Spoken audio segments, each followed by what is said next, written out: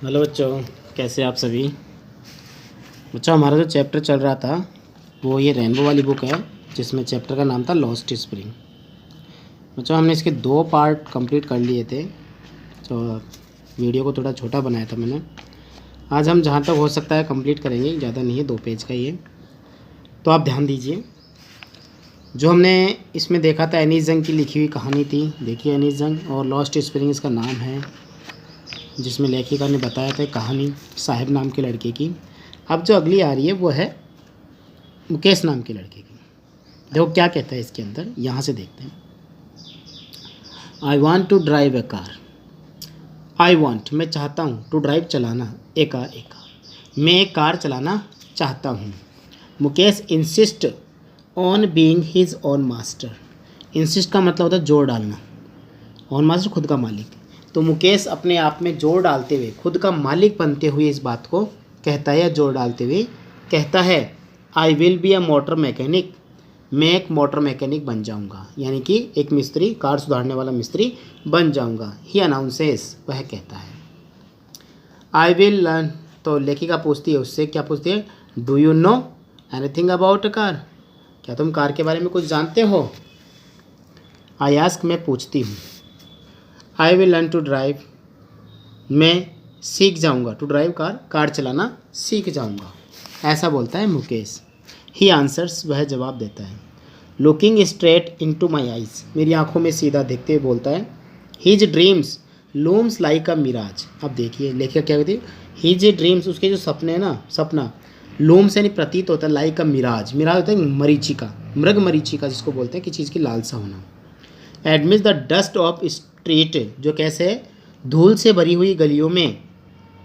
That fill his town Firozabad, जो उसके Firozabad town के अंदर धूल से भरी हुई जो गलियां है, जिनमें कुछ नज़र नहीं आता, और ऐसी मरीचिकाओं के समान जो है उसका सपना भी नज़र आता है, ऐसा लेखिका बोलती हैं। फेमस फॉर इट्स बैंगल्स, जो किसके लिए प्रसिद्ध है, चूड़ियों के लिए प्रसिद्ध है, बैंगल्स, चूड़ियाँ। Every other families in Firozabad, कि फिरोजाबाद का हर एक परिवार, इज एंगेज्ड, यानी लगा हुआ है, एंगेज्ड है, व्यस्त है, इन मेकिंग बैंगल्स, चूड़ियाँ बनाने में। It is the centre of India glass blowing industry, यह केंद्र है किसका, भारत का ग्लास ब्लोइंग इंडस्ट्री, क्योंकि यहाँ पर ग्लास ब्लोइंग इंडस्ट्री यानी कांच की ढलाई का काम किया जाने वाला। तो सब कांच का जितना काम होता है भारत का, कांच का धमन जिसको हम कहते हैं ना, आकार देने वाला, प्रकार देने वाला, आकार प्रदान करने वाला, ठीक है ना। तो ऐसा स्थान है वो है Firozabad. Where families have spent generation, जहाँ बहुत सारे परिवारों ने अपनी पीढ़ियाँ गुजार दी। वर्किंग अराउंड फर्नेस, भट्टी के चारों ओर काम करते हुए। बेल्डिंग ग्लास, कांच को जोड़ते हुए। मेकिंग बैंगल्स, चूड़ियाँ बनाते हुए। For all the woman in the land it seems, ऐसा प्रतीत होता है इस ज़मीन पर, इस भूमि पर रहने वाली जितनी महिलाएं हैं, सबके लिए चूड़ियाँ यही बनती है। Mukesh families among them, Mukesh का परिवार भी उन्हीं में से एक है। नन ऑफ देम नो, कोई नहीं जानता, that it is illegal for children, कि ये बच्चों के लिए जो है गैर कानूनी है, इलीगल, गैर कानूनी। लाइक हिम टू वर्क, उसके जैसे बच्चों के लिए काम करना, इन द ग्लास फर्नेस, कांच की भट्टी के सामने, विद हाई टेम्परेचर, वो भी कैसे, उच्च तापमान में। इन डिंगी सेल्स, अंधेरी कोठरियों के अंदर, विदाउट एयर, बिना हवा, एंड लाइट, बिना रोशनी के। दैट द लॉ, कानून अगर चाहे तो, इफ़ एनफोर्स्ड, अगर दबाव डाला जाए, कुड गेट हिम, उनको लाने के लिए, and all those 20,000 children out of hot furnace, तो लगभग 20,000 बच्चों को जो है उन भट्टियों से बाहर निकाला जा सकता है। कि अगर कानून पर दबाव डाला जाए ना, कि ऐसे बच्चे, छोटे बच्चे काम करते हैं, तो लगभग 20,000 बच्चों को उन गर्म भट्टियों से बाहर निकलवाया जा सकता है। Where they slog their daylight, जहाँ वो दिन रात स्लोग यानी मेहनत करते हैं, लगे होते हैं वहाँ पर, और दिन रात घंटों तर घंटे काम करते रहते हैं। ऑफन लूजिंग देयर ब्राइटनेस, अपनी चमक, ऑफ देयर आइज, अपनी आँखों की चमक को खोते हुए वहीं पे वो काम करते रहते हैं। Mukesh eyes beams as a volunteers, अब मुकेश की आंखों में क्या एक सपना प्रतीत होता है, वो भी उसकी इच्छा से, टू टेक हिम होम, कि वह उसको घर ले जाना चाहता है, किसको, लेखिका वो घर ले जाना चाहता है मुकेश जो है, तो ऐसा उसकी आंखों में ऐसा लगता है। विच ही प्राउडली सेज, जिसके लिए वह कहता है, इज़ बीइंग रीबिल्ट, कि हमारा घर जो है वो नया बना है, अभी अभी उसका निर्माण किया गया है। वी वॉक डाउन स्टिंकिंग लेन, अब हम चल दिए साबुन अंधेरी उस बदबूदार गलियों में। चौकड़ विद गार्बेज, जो कचरों से जाम पड़ी हुई। Past home that remains halls, वहाँ के घर एक दूसरे जिनके हॉल्स एंड क्रम्बल्स वॉल, दीवारें ढही हुई है, छिद्र बने हुए हैं जगह जगह। वॉबली डोर्स, लड़खड़ाते हुए दरवाजे। नो विंडोज़, कोई खिड़कियाँ नहीं हैं। क्राउडेड विद फैमिलीज, परिवार की भीड़ भाड़। ऑफ ह्यूमन्स एंड एनिमल्स को एग्जिस्टिंग एक साथ रहने वाले, जहाँ मनुष्य और जानवर दोनों एक साथ रहते थे, जिस तरह से इन प्राइमल स्टेट, जैसे पौराणिक अवस्थाओं, पुराने स्थानों, मतलब कहते हैं ना पुरानी कथाओं में हम लोग पढ़ते हैं पहले का आदिम का ज़माना इसको कहते हैं, प्रीमल स्टेट आदिम के ज़माना। तो जैसे मनुष्य और जानवर एक साथ रहते हैं वैसे ही एक साथ रहते हैं। ही स्टॉप्स एट द डोर, वह एक दरवाजे पर रुकता है। ऑफ वन सच होम, एक घर के पास में। बैंक्स ए वॉबली आयरन डोर, अब वह उसको लड़खड़ाते हुए दरवाजे को थोड़ा धक्का मारता है। विद हिज फुट, अपने पैर से। एंड पुशेज इट ओपन, और उसे धक्का मार के खोल देता है। We enter a half built set, हम एक अधूरे से बने हुए कोठरी में, मतलब घर में प्रवेश कर जाते हैं।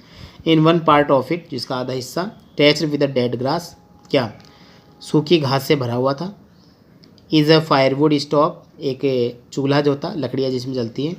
Over with which sits a large vessel, जो बड़ा सा बर्तन रखा हुआ था। ऑफ सीजलिंग स्पिनिच लीव्स, जिसमें उबल रही थी क्या, पालक की पत्ती, यानी पालक उबल रहा था।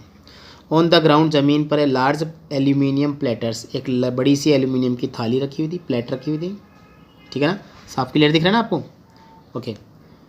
आर मोर चॉप्ड, जिसमें वेजिटेबल, कटी हुई सब्जियों के टुकड़े उसमें रखे हैं। A frail young woman is cooking in evening meal for all families, अब वहाँ पर क्या है, एक औरत है बच्चों, कौन है, एक लेडी है, एक औरत, वो भी कैसी है, फ्रेल है। फ्रेल तो वीक, दुबली पतली सी। अ फ्रेल यंग वूमन, एक दुबली पतली युवा महिला। इज कुकिंग द इवनिंग मील, शाम का भोजन पका रही है। फॉर द होल फैमिली, पूरे परिवार के लिए। Through eyes filled with smoke she smiles, जबकि उसकी आंखों में धुआं भर गया, वह मुस्कुराती है। She is the wife of Mukesh elder brother, कौन है वो, मुकेश के बड़े भाई की पत्नी है। Not much older in year, जो उम्र में ज़्यादा बड़ी नहीं है। She has begun to command respect as a bahu, जिसको सभी लोग क्या बोलते हैं घर में, बहू के रूप में पुकारते हैं। The daughter in law of the house, घर की बहू। Already in charge of 3 man, 3 लोगों का उसके भार है। हर हस्बैंड उसके पति का, मुकेश का, और देयर फादर उनके पिताजी का। When the older man enter, जब कहते हैं कि बड़ा आदमी कोई घर में प्रवेश करता, बुजुर्ग आदमी, तो she gently withdraw behind the broken wall, तो वह टूटी हुई दीवार के पीछे चली जाती। And bring her veil closer to her face, और अपने चेहरे पे वेल यानी घूंघट लगा लेती। एज कस्टम डिमांड, जैसे कि रिवाज होती है कि daughter in laws must veil their faces before male elders, की बड़े व्यक्ति जो कोई घर में प्रवेश करता तो वो घर की बहुएं घूंघट लगाती हैं। In the case the Elder is an improvised Bengal makers, अब वहाँ के बड़े लोग किस में व्यस्त होते हैं, वो सिर्फ लगे हैं चूड़ियाँ बनाने में। Despite year long years he is of hard labour, कहते हैं कि बहुत मेहनत करने के बावजूद भी, फर्स्ट एज टेलर, जो दर्जी का काम, देन ए बेंगल मेकर, फिर चूड़ियाँ बनाने का काम। He has failed to renovate the house, वह घर को दोबारा से पुनर्निर्माण कराने में असफल होता है। सेंट हिज टू सन्स, और अपने दोनों बच्चों को कहाँ, टू सन्स, कहाँ पर, स्कूल में, टू आ जाएगा यहाँ पर स्कूल भेजने में असफल रहता है। ऑल ही मैनेज्ड, वो कहता है जो भी उसने प्रबंध किया है। To do is teach them, उन्हें पढ़ाने का या उन्हें सिखाने का, यहाँ सिखाने से हो जाएगा वॉट ही नो, जो वह जानता है, सिर्फ जो ही प्रबंध करता जो वह जानता वही था, और वो एक ही काम जानता था, the art of making bangles, वो है चूड़ियाँ बनाने का काम, सिर्फ यही काम जानता था, तो वही काम वह उनको अपने बच्चों को सिखा पाता था।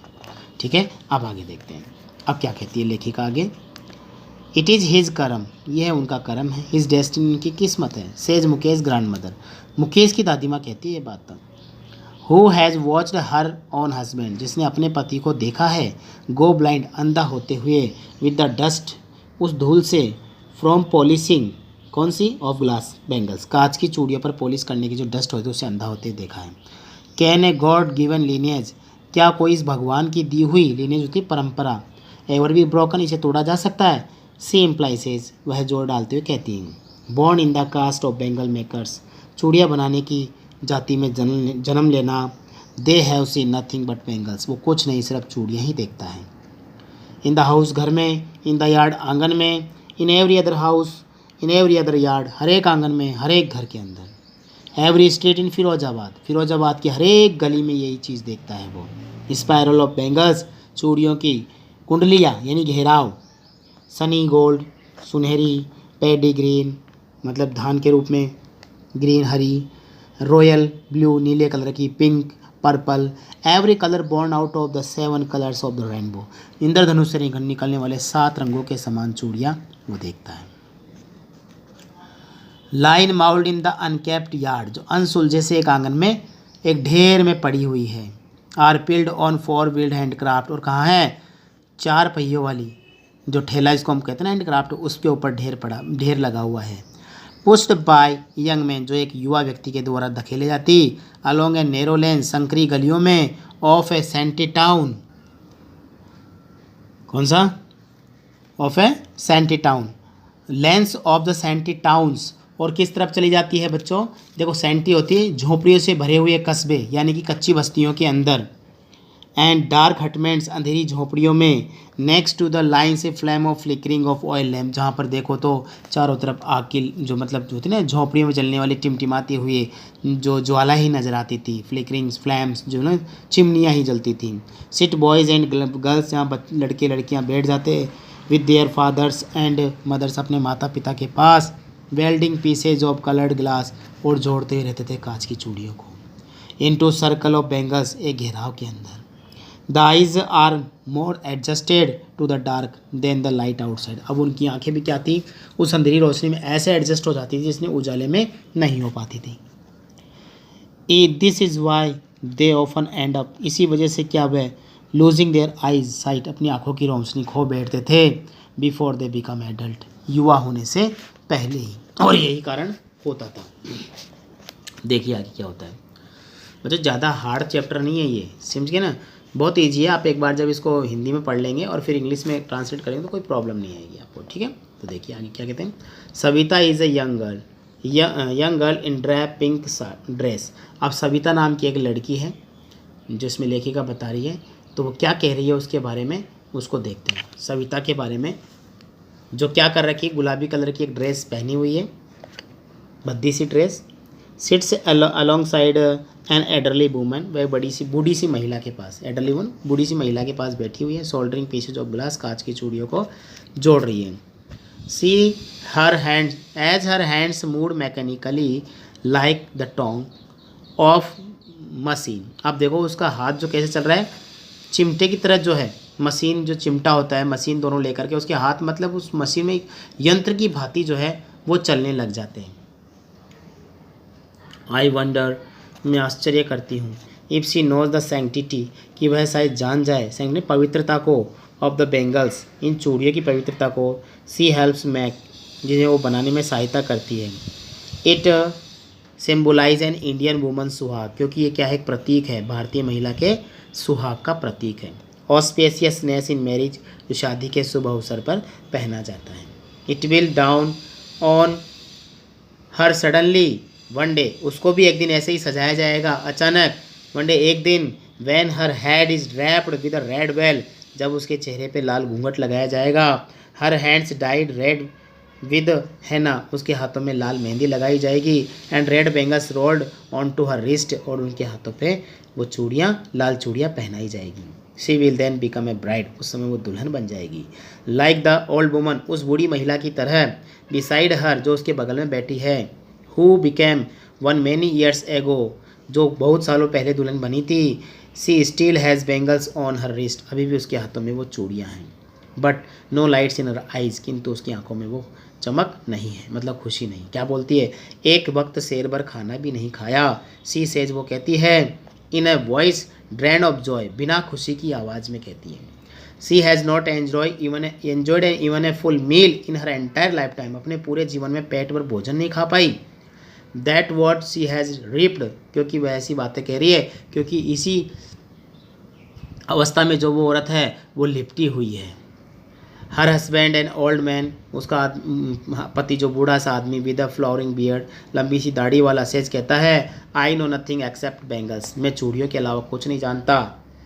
All I have done is make a house for the family to live in, केवल जो है मेरे पास एक घर है जो मैंने परिवार के लिए रहने के लिए बना पाया हूँ, बस और कुछ नहीं कर पाया हूँ, ऐसा वो आदमी कहता है। देखते हैं आगे। हियरिंग हिम, उसे सुनते हुए, वन वंडर्स, कोई भी आश्चर्य कर सकता है, मतलब उसकी बात को सुन करके आश्चर्य में हो जाता है।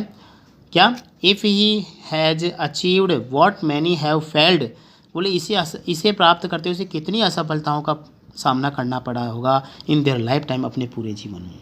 He has a roof over his head, कि उसके पास उसके सिर पर छत है, मतलब उसका खुद का घर है। The cry of having money, पैसों के लिए रोना बिलखना। To do anything except carry on the business of making bangles, इसलिए वो क्या करते थे, केवल ये चूड़ियाँ बनाने का काम ही करते थे। Not even enough to eat, जहाँ पर्याप्त भोजन नहीं। रिंग्स इन एवरी होम, ये हर एक घर की आवाज़ है।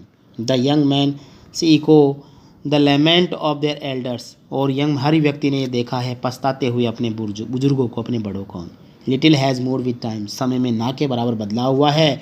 इट सीम्स, ऐसा लगता है इन फिरोजाबाद के अंदर। Years of mind numbing toil have killed all initiative and all the ability to dream. अब क्या लग रहा है, वहाँ फिरोजाबाद में ऐसे लगता है कि जो मेहनत का फल जो है, लोग बहुत मेहनत करते हैं, स्वप्न भी देखते हैं, कहते हैं ना, माइंड नंबरिंग टॉयल, बहुत सारा पसीना बहा दिया है। किल्ड ऑल इनिटेटिव, अपनी आंतरिक इच्छाओं को मार दिया। एंड एबिलिटी टू ड्रीम, और अपने सपनों की योग्यताओं को भी उन्होंने मार दिया है, मतलब बिल्कुल वो सोच भी नहीं सकते, ऐसी हालत उनकी हो रखी है। Why not organise yourself into a cooperative, लेखिका बोलती है क्यों ना तुम एक संगठन बना लो। संगठन क्यों नहीं बनाते हो, संस्था, जो कोऑपरेटिव संगठन बोलते हैं, सहकारी संस्था बोल सकते हैं। I ask a group of young man, मैंने एक युवा लड़कों के समूह से पूछा, कहा, who have fallen into the vicious circle of middle man, जो पड़े हुए हैं इन दलालों के सर्कल में। मिडिल मैन जो मध्यम व्यक्ति होते हैं। हु ट्रैप्ड देयर फादर, जिन्होंने उनके पिताओं को फंसाया। एंड फॉर फादर, उनके भी पिताओं को फंसाया। Even if we get organise, वो कहते हैं जब भी हम कोई ऐसा संगठन बनाते हैं, वी आर द वन, हम में से ही कोई होते हैं, who will be hauled up by the police, जिसको पुलिस के द्वारा घसीट लिया जाता, बिटन पीटा जाता है, direct to jail for doing something illegal, जैसे हमने कोई गैर कानूनी काम किया हो, ऐसा करते हमें जेल में डाल दिया जाता। जैसे वे कहते हैं देयर इज़ नो, ऐसा कोई नहीं है। लीडर यानी नेता कोई नहीं है, अमंग देम, उनके अंदर, उनमें ऐसा कोई नेता नहीं है। No one who could help them, कोई ऐसा नहीं जो उनकी सहायता कर सके। See them different things differently, जो उनके लिए अलग से सोच सकें। Their fathers are as tired as they are, जैसे उनके पिता थक गए यानी पूर्वज, वैसे वो भी थक गए हैं। They talk endlessly in the spiral, वे अंत में इसी समूह के अंदर, स्पायरल घेराव जो होता है, इसी में बात करते हैं। And moves from poverty to apathy to greed and to injustice, क्या कर लेते हैं, मूव टू फ्रॉम पुअर्टी, गरीबी से वो गरीबी से क्या होता है, उदासीन हो जाते हैं। टू अपैथी, उदास हो जाते हैं। टू ग्रीड, फिर वो क्या कर लेते हैं, इसी लालच में फंस जाते हैं। और टू इनजस्टिस, और इस अन्याय के बारे में भी वो ज़्यादा नहीं सोच पाते, मतलब बोलते बोलते रह जाते हैं लोग, लेकिन उनकी कोई सहायता नहीं कर पाते हैं। तो बच्चों, अब है हमारा लास्ट पैराग्राफ, अच्छे से समझिएगा, बहुत अच्छा है। लिसनिंग टू देम, किसी क्वेश्चन का आंसर भी इसमें मिलेगा आपको, ठीक है ना। उन्हें सुनते हुए, आई सी टू डिस्टिंक्ट वर्ल्ड, लेखिका कहती है मैं दो प्रकार के संसार देखती हूँ, मुझे दो दुनियाएं नजर आती है, बोल जब उनके बारे में ऐसा सुनती हूँ तो। क्या? वन ऑफ द फैमिली, एक ऐसा परिवार, caught in the web of poverty, जो गरीबी के जाल में फंसा है। Burden by the stigma of caste, जिन पर दबाव है, किसका? स्टिग्मा ऑफ कास्ट, जाति के कलंक का, जाति के कलंक में वो दबे हुए हैं। इन विच दे आर बॉर्न, जिसमें उन्होंने जन्म लिया। The other of vicious circle of sahukars, और दूसरा है वो घेराव यानी सर्कल, वो है साहूकारों का। मिडिल मैन, दलालों का। पुलिसमैन, पुलिस वालों का। कीपर्स ऑफ लॉ, कानून के रखवालों का। द ब्यूरोक्रेटस, नौकरशाहियों का। एंड पॉलिटिशियंस, राजनेताओं का, मतलब राजनीति व्यक्तियों का। Together they have impose the baggage on the child, इसी के साथ साथ क्या कर देते हैं वो इम्पोज थोप देते हैं द बैगेज, ये वजन, ऑन द चाइल्ड, बचपने में, that he can not put down, जिससे कि वो कभी ऊपर नहीं उठ सकता। मतलब लालच के बोझ में उनको ऐसा दबा देते हैं जिससे वो कभी उसे उतार नहीं सकते, पुट डाउन नहीं कर सकते। बिफोर ही इज़ अनअवेयर, इससे पहले कि वह जागरूक हो जाए, ही एक्सेप्ट इट्स नेचुरली, तो वह इसे स्वाभाविक तौर पे, प्राकृतिक तौर पे स्वीकार कर लेता है, एज इज फादर्स, जैसे उसके पिता ने स्वीकार किया। To do anything as would means to dare, अब कुछ भी करना उनके लिए मतलब साहस करना, and daring is not part of his growing up, क्योंकि साहस ने तो उनके अंदर जन्म ही नहीं लिया। When I sense A flash of in it Mukesh, जब मैं इस मुकेश के अंदर ऐसा एक अलग से अनुभूति को महसूस करती हूँ, जब मुकेश में कुछ पल की एक चमक को देखती हूँ, आई एम चीयर, तो मुझे खुशी मिलती है। I want to be a motor mechanic, वो क्या बोलता है कि मैं मोटर मिस्त्री बनना चाहता हूँ, मोटर सुधारने वाला बनना चाहता हूँ। ही रिपीट्स, वह दोहराता है।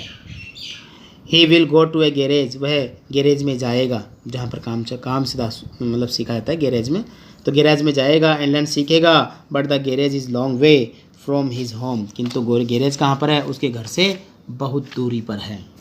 तो वो कहता है विल वॉक, मैं पैदल चलूँगा। ही इंसिस्ट, वह जोर डालते हुए कहता है। Do you also dream of flying plane, क्या तुम आसमान में हवाई जहाज उड़ाने का सपना देख रहे हो। ही सडनली साइलेंट, तो वह अचानक चुप हो जाता है। वह कहता है नहीं। ही सेज, वह कहता है स्टेयरिंग एट द ग्राउंड, जमीन की ओर देखता है। इन हिज स्मॉल मर्मर, और धीरे धीरे वह क्या करता है, मर्मरिंग यानी बड़बड़ाना हो सकता है पाश्चाताप में। There is an embarrassment that has not yet turn into regret, अब उसके अंदर क्या एक एम्ब्रेसमेंट होता है, एक पश्चाताप होता है, लेकिन वो पश्चाताप कभी एक क्या होता है, शर्मिंदगी। एम्ब्रेसमेंट होता है बच्चों शर्मिंदगी बोल सकते हो यहाँ पर, मतलब लज्जा कह सकते हो, शर्म कह सकते हो, लेकिन ये शर्म क्या होती है उसकी, रिग्रेट यानी पश्चाताप में नहीं बदलती। He is content to dream of cars, वह संतुष्ट है कार का सपना देखने में ही। That he sees hurtling down the street, जिसे वो देखता है चारों तरफ दौड़ते हुए गलियों में, ऑफ इस टाउन, अपने कस्बे की, क्योंकि few aeroplane flying over Firozabad से शायद ही कोई एरोप्लेन जो है उड़ान भरता हो या उड़ा हो। एनिज्म, तो बच्चों ये चैप्टर है, लेखिका ने हमें इसमें दो बातें बताई है। मुकेश के बारे में बताया है, और शुरू में बताया था साहिब आलम, जो एक गरीब लड़का होता है, साहिब नाम का लड़का। तो दो स्टोरीज़ के अंदर बताई गई है, साहिब जो ही कचरा बीनने का काम करता है और अपने काम से संतुष्ट होता है, दूसरा काम पसंद नहीं करता क्योंकि खुद के काम का मालिक होता है, इसलिए सारा काम उसको अच्छा लगता है। दूसरा मुकेश, जो दूसरों के काम नहीं करना चाहता, खुद के काम का मालिक बनना चाहता है, लेकिन मजबूरन जो है उसको वही स्वीकार करना पड़ता है जो उसके पूर्वजों ने स्वीकार किया है। ठीक है बच्चों, तो ये हमारी लॉस्ट स्प्रिंग नाम की कहानी है, कंप्लीट हो गई है। आगे हम चैप्टर लेके चलेंगे, तब तक आप इन चैप्टर्स को पढ़िए। पहले हमने और भी 3 चैप्टर पढ़ लिए हैं, ठीक है ना, वाटर वाला पढ़ लिया, थर्ड थॉट पढ़ लिया, और एक चैप्टर और पढ़ा है रूम 10x8। ओके, मिलते हैं नेक्स्ट क्लास के अंदर, नेक्स्ट वीडियो में। तब तक गुड डे, गुड बाय।